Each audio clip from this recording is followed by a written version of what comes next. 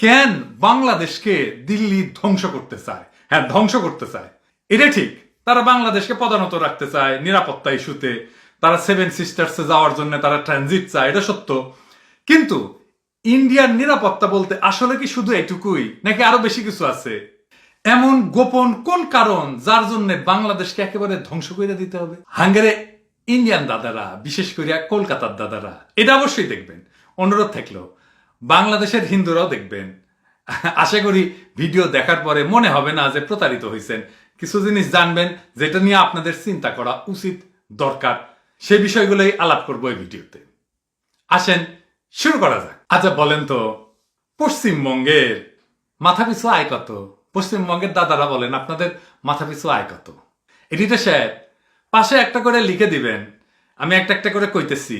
পশ্চিমবঙ্গের মাথাপিছু আয় বছরে $1,498। ত্রিপুরার কত? $1,690। নাগাল্যান্ড কত? $1,708। মিজোরাম কত? $2,266। মেঘালয় কত? $1,088। মণিপুর কত? $1,012। আসাম কত? $1,085। বিহার কত? $523। ঠিকই শুনতেছেন, $523। এইবার বলেন তো, এই যে যেগুলো রাজ্যের কথা বললাম ভারতের, এগুলোর সবার কমন বৈশিষ্ট্য কি? কি সাধারণ বৈশিষ্ট্য কি? সাধারণ বৈশিষ্ট্য হচ্ছে এরা সবাই বাংলাদেশের প্রতিবেশী ভারতের রাজ্য, তাই না? এডিটর সাহেব এবার ম্যাপে দেখায় দেন কিভাবে এরা বাংলাদেশের প্রতিবেশী ভারতের রাজ্য। দেখেছেন তো? এবার বলেন বাংলাদেশের মাথাপিছু আয় কত? বাংলাদেশের মাথাপিছু আয় $2,688। এইবার আসেন দেখি বাংলাদেশের যে মাথাপিছু আয় রাজ্যগুলার মাথাপিছু আয়ের কত গুণ বড়, এটাও পাশে এখন লিখে দিয়ে এডিটর সাহেব। পশ্চিমবঙ্গের চাইতে আমাদের আয় মাথাপিছু বাৎসরিক আয় 80% বেশি, ত্রিপুরার চাইতে 60% বেশি, নাগাল্যান্ডের চাইতে 57% বেশি, মিজোরামের চাইতে 19% বেশি, মেঘালয়ের চাইতে 147% বেশি, মণিপুরের চাইতে 166% বেশি, আসামের চাইতে 148% বেশি, বিহারের চাইতে 414% বেশি। তার মানে বাংলাদেশের মানুষের গড় আয় বাংলাদেশের প্রতিবেশী ভারতীয় রাজ্যগুলোর তুলনায় 19 থেকে 414% বেশি। জানতেন এটা? হ্যাঁ, জানতেন না তাই না? ওহে অমিত শাহ, তুমি তো আঙ্গরে উই পোকা বলো যে আঙ্গের দেশের মানুষ নাকি আসামে গিয়া ভরে দিছে সব। বাংলাদেশের মানুষের আয়, গড় আয় আসামের 148% বেশি, তো আসামে কি বেলাইতে যাবে বাংলাদেশের লোকজন? এটা তো একটা সাধারণ জ্ঞানের কথা রে ভাই। আমরা কেন দরিদ্র ভারতের রাজ্যগুলিতে মাইগ্রেট করব? কোনো বাস্তব কারণ আছে? কারণ নাই তো। আপনার যদি আফ্রিকার সবচেয়ে দরিদ্র 10টা দেশ দেখেন, আফ্রিকাতে সবচেয়ে দরিদ্র দেশগুলো আছে তাই না, তাহলে দেখবেন বিহারের মাথাপিছু আয় বুরুন্ডির চাইতেও কম। এমনকি মিজোরাম ছাড়া বাংলাদেশের সন্নিহিত ভারতের যে রাজ্যগুলো তার মাথাপিছু আয় 10ম সবচেয়ে দরিদ্র আফ্রিকান দেশ মাদাগাস্কারের চাইতেও কম। তার মানে সাব সাহারান অঞ্চল, যেটা পৃথিবীর সবচেয়ে দরিদ্র অঞ্চল, তাদের সমান বা তার চাইতে কম আয় এই রাজ্যগুলার, এই অঞ্চলের মানুষগুলার। এটার মানেটা কি? এটার মানেটা হচ্ছে বাংলাদেশ হচ্ছে একটা উজ্জ্বল ভূখণ্ড আশেপাশের দরিদ্র ভারতীয় রাজ্যগুলোর মধ্যে। সুনীল গঙ্গোপাধ্যায়ের একটা কবিতা আছে, আমাদের তারুণ্যে আমরা খুব পড়তাম, কেউ কথা রাখেনি। সেখানে একটা লাইন আছে, ভিখিরির মতো চৌধুরীদের গেটে দাঁড়িয়ে দেখেছি ভিতরের রাস উৎসব। ভারতে এই দরিদ্র রাজ্যগুলোর বাসিন্দা, আপনারা কিছু মনে করবেন না, আপনাদের ছোট করার জন্য বলতেছি না, বাস্তবতা তুলে ধরার জন্য বলতেছি। যা বললাম সব তথ্য, সত্য তথ্য, আপনাদের মনে দাগা দেওয়ার জন্য বলতেছি না। বাংলাদেশ ভারতের সন্নিহিত তুলনামূলক রাজ্যগুলোর জন্য চৌধুরী বাড়ি, আর ভারতের রাজ্যগুলো অবাক বিস্ময়ে দেখে আমাদের ভিতরের রাস উৎসব। কিন্তু তাদের মনে প্রশ্ন জাগে না যে আরে বাংলাদেশ কি এমন জাদু মন্ত্র পাইল যে এইভাবে আমাদের ছাড়ায় চলে গেল সম্পদে, ঐশ্বর্যে, সমৃদ্ধিতে। বাংলাদেশ তো কলকাতার চাইতে শিক্ষায় সম্পদে ছোট ছিল দেশভাগের আগে। কলকাতা কেন পিছায় পড়লো? তাদের কাছে যারা আসলে এক সময় তাদের প্রজা ছিল, যাদের উপরে জমিদারি করছে তারা 200 বছর ধরে। এই প্রশ্নটা যদি আসতো তাইলে বুঝতো যে বাংলাদেশের সমৃদ্ধির পিছনে, উন্নতির পিছনে একটাই কারণ, তারা স্বাধীন সার্বভৌম রাষ্ট্র তৈরি করতে পারছে। এই প্রশ্ন যেন না আসে তাই ইন্ডিয়া দুইটা কাজ করছে। কি সেই কাজ? প্রথমে বাংলাদেশ যা ভারতের এই রাজ্যগুলোর মানুষের ভাগ্য পরিবর্তনের মডেল হইতে পারত, তাদের কাছে বাংলাদেশকে শত্রু হিসাবে উপস্থাপন করছে। আর 2 নম্বর হচ্ছে বাংলাদেশকে টেনে নামায় ওই রাজ্যগুলোর সমান করে দেওয়ার চেষ্টা করা হচ্ছে, যেন কখনো ওই রাজ্যগুলার ভারতীয় নাগরিকদের মনে এই মনে না হয় বাংলাদেশ স্বাধীন হইয়া এই অবিশ্বাস্য সমৃদ্ধি অর্জিত হয়েছে। তাই স্বাধীনতাই এই সমৃদ্ধির চাবিকাঠি, এইটা যেন তাদের মনে না হয়। এখন বলতে পারেন কেউ কেউ, যারা এইটাই তো হাসিনা বলে যে সে উন্নয়ন করেছে, দেখেছেন এখন তো শিকার গেলেন। আমি এটা নিয়ে অনেক আগে একটা এপিসোড করেছিলাম, ডিম পাড়ে হাসে খায় বাউডাসে। মানে এই সমৃদ্ধির ডিম পাড়িছিল অন্য কেউ অনেক আগে, এটা আসলে মূলত পাড়া হয়েছিল জিয়াউর রহমানের আমলে। যাই হোক, আমি যেহেতু হাসিনাকে দেখতে পারি না, তাই আমার মূল্যায়ন শোনার দরকার নাই। এই বাংলাদেশের সমৃদ্ধি নিয়ে আমরা একজন ইন্ডিয়ান এক্সপার্টের বই থেকে দেখব কেন বাংলাদেশের এই সমৃদ্ধি। উনার নাম প্রফেসর অশোক মোডি। সেও মোডি, তবে ভালো মোডি, একাডেমিশিয়ান, একজন খুবই নামকরা অর্থনীতিবিদ।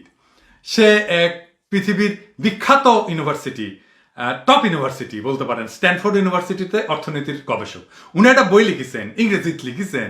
হ্যাঁ, ইংরেজি যেহেতু লিখেছেন সেহেতু ঠিকই লিখেছেন, তাই না?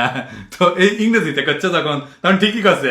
এটা নিয়ে একটা গল্প আছে, পরে কমুনি, হাঙ্গারি মেডিকেল কলেজের গল্প। যাই হোক, বইটার নাম হইতেছে ইন্ডিয়া ইজ ব্রোকেন। হাসিনা যেমন ব্রোকেন ডিম খাওয়ায়, সেরকম ইন্ডিয়া ব্রোকেন। তো উনি বলতেছেন যে বাংলাদেশের সমৃদ্ধির জন্য মূল কারিগর হইতেছে এনজিও এবং সরকারের পার্টনারশিপ। এবং এই পার্টনারশিপের ফলে ব্যাপক সংখ্যক নারী ঘর থেকে বাইর হইয়া প্রত্যক্ষ উৎপাদনে যুক্ত হইছে, গার্মেন্টসে জয়েন করিছে, অন্য কর্মসংস্থানে জয়েন করিছে, ক্ষুদ্র ঋণ কর্মসূচিতে ঢুকিছে। আর একটা জিনিস যেটা কেউই আলোচনায় আনে না, তা হইতেছে এই যে এনজিও গুলোর যখন সমৃদ্ধি শুরু হয়, যখন এনজিও রমরমা দশা, তখন তারা পাইছিল একদল টকবগে তরুণ বাম নেতা কর্মী। তারা তখন বিশ্বব্যাপী সমাজতন্ত্রের পতনে দিশাহারা। তারা ভাবতেছিল তাদের জীবন ব্যর্থ হইয়া গেছে। এই ভাবনা থেকে তারা এই এনজিওর কাজে সমস্ত আবেগ ভালোবাসা নিয়ে ঝাঁপায় পড়ছিল, আঁকড়ায় ধরছিল এনজিওর কাজগুলোকে। এটাও এনজিও গুলো সফল হওয়ার পিছনে একটা গুরুত্বপূর্ণ বিষয়। যদিও উনি তার বইয়ে এটা করেন নাই, এটা আমার ব্যাখ্যা আর কি। আমি নিজেও গ্রামীণ ব্যাংকে কাজ করতে গেছি, আমার নিজের জীবনের অভিজ্ঞতাই দেখেন। তো এর কারণে শুধু যে গ্রামীণ নারীরা উৎপাদনে যুক্ত হয়েছে তাই না, তারা শিক্ষাও পাইছে। এই যদি পার্টনারশিপটা না হইতো এনজিও এবং সরকারের, তাইলে নারীরা বাইর হয়ে আসা গার্মেন্টসে জয়েন করতো না, আর গার্মেন্টসের এই রমরমা হইতো না। সরকার আর এনজিওর পার্টনারশিপটাই এই সমৃদ্ধির পিছনে মূল কারণ, এই সমৃদ্ধির ইঞ্জিন উনি বলছেন। এটা শুরু হয়েছিল বলতে পারেন যখন আবেদ খান ব্র্যাক শুরু করছিলেন, জাফরুল্লাহ চৌধুরী গণস্বাস্থ্য শুরু করছিলেন ছোট কইরা, কিন্তু এটা ছড়ায় পড়ে ব্যাপকভাবে জিয়ার আমলে, আর ব্যাপকতা পায় খালেদা জিয়ার আমলে। এই এনজিও গুলার দাপট, এই যে বিএনপির যে লাস্ট টার্ম, এমনকি 1/11 সময় ছিল কি, এই এনজিও গুলোকে রাজনৈতিক ক্ষমতা দখলের হাতিয়ার বানায় আওয়ামী লীগ। আর 2005 সাল থেকেই এই সেক্টরে ধস নামতে শুরু করে। একটা জিনিস বোধহয় জানেন না, কিভাবে আওয়ামী লীগ এটাকে হাতিয়ার বানাইছিল ক্ষমতা দখলে। আজকের তরুণরা, যুবকেরা হয়তো জানেন না, 2004 সালের 30 এপ্রিল বিএনপি সরকার পতন হবে বলে ভবিষ্যৎবাণী করছিল ঘোষণা দিয়া। আনুষ্ঠানিক ঘোষণা দিয়েছিল আওয়ামী লীগের তরফ থেকে আব্দুল জলিল, তখন সে সাধারণ সম্পাদক আওয়ামী লীগের। তারা প্ল্যান করেছিল ঢাকা শহরে 5 লাখ মানুষ আইনে অবরোধ করবে। আর ওই 5 লাখ লোক আনার দায়িত্ব ছিল প্রশিকার কাজী ফারুকের। আর কেবা কেবা টাকা দিছিল, প্রচুর টাকা পেয়েছিল। বিএনপির কিছু এমপিরে কিনে নিবে। আওয়ামী লীগের এমপি ছিল 62 জন এমপি ছিল, আর বিএনপির ছিল 193 জন এমপি, সংরক্ষিত আসন বাদ দিয়া। তো মোটামুটি 90 জন বিএনপি এমপিরে কিনে নিতে পারলেই ভার্চুয়ালি পতন হইয়া যায় বিএনপির। যাই হোক, অত এমপি পারে নাই কিনতে। তাই আমরা না, আওয়ামী লীগের দিন তারিখ দিয়া সরকার ফেলায় দেওয়ার ঘোষণা দেয়, এই ঐতিহ্য আওয়ামী লীগের। আর এই যে যেটাকে বলছেন উনি ইঞ্জিন, সমৃদ্ধির ইঞ্জিন, এনজিও এবং সরকারের পার্টনারশিপ, সেটাই সমৃদ্ধির ইঞ্জিন। এটা সবচেয়ে উজ্জ্বল দৃষ্টান্ত হইতেছে প্রফেসর ইউনূস। আওয়ামী লীগ এনজিও সরকার পার্টনারশিপ ভেঙে দিছে, এনজিও গুলোকে ভেঙে দিছে, শিক্ষা ধ্বংস করেছে। এই শিক্ষা ধ্বংস করে ইন্ডিয়ান এক্সিকিউটিভ আইনা গার্মেন্টস চালায়, ইন্ডাস্ট্রি ধ্বংস করেছে।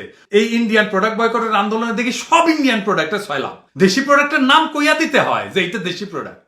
কি পরিমাণে আমাদের জীবনে ইন্ডিয়ান প্রোডাক্ট ঢুকে গেছে, আমরা আসলে ইন্ডিয়ার বাজার হয়ে গেছি, আমরা ভোক্তা হয়ে গেছি। আমরা শুধু ওদের প্রোডাক্ট কিনি, আমরা কিছু বানাই না।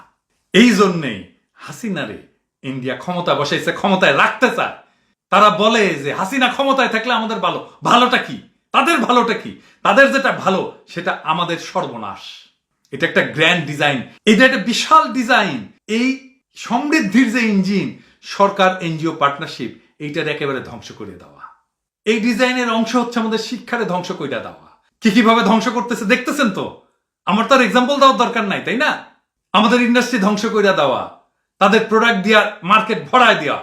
যদি এই শয়তানি পরিকল্পনা, শয়তানি ডিজাইন সফল হয়, তাহলে আমরা যা যা সমৃদ্ধি অর্জন করেছিলাম, এই ইঞ্জিন আমাদের যতটুকু টেনে নিয়ে আসছে, সব তো ধ্বংস হবেই। আমরা আস্তে আস্তে পিছনের দিকে যাইতে শুরু করব। ভূতের পা নাকি পিছন দিকে থাকে, তোরা সামনে আগায় না, খালি পিছে যায়। এবং আমরা পিছাইতে পিছাইতে ওই আমাদের চারপাশের ইন্ডিয়ান দরিদ্র রাজ্যগুলোর সমান হইয়া যাব। এটাই ইন্ডিয়া চায়, এটাই দিল্লি চায়। ভাই, দেশটা তো আমাদের, আমাদের কারো দিকে চাইয়া থাকার সময় নাই, কোনো দিকে চাইয়া থাকার সময় নাই যে কেউ এসে আমাদেরকে উদ্ধার করবে। কেউ আমাদেরকে এসে উদ্ধার করে দেবে না।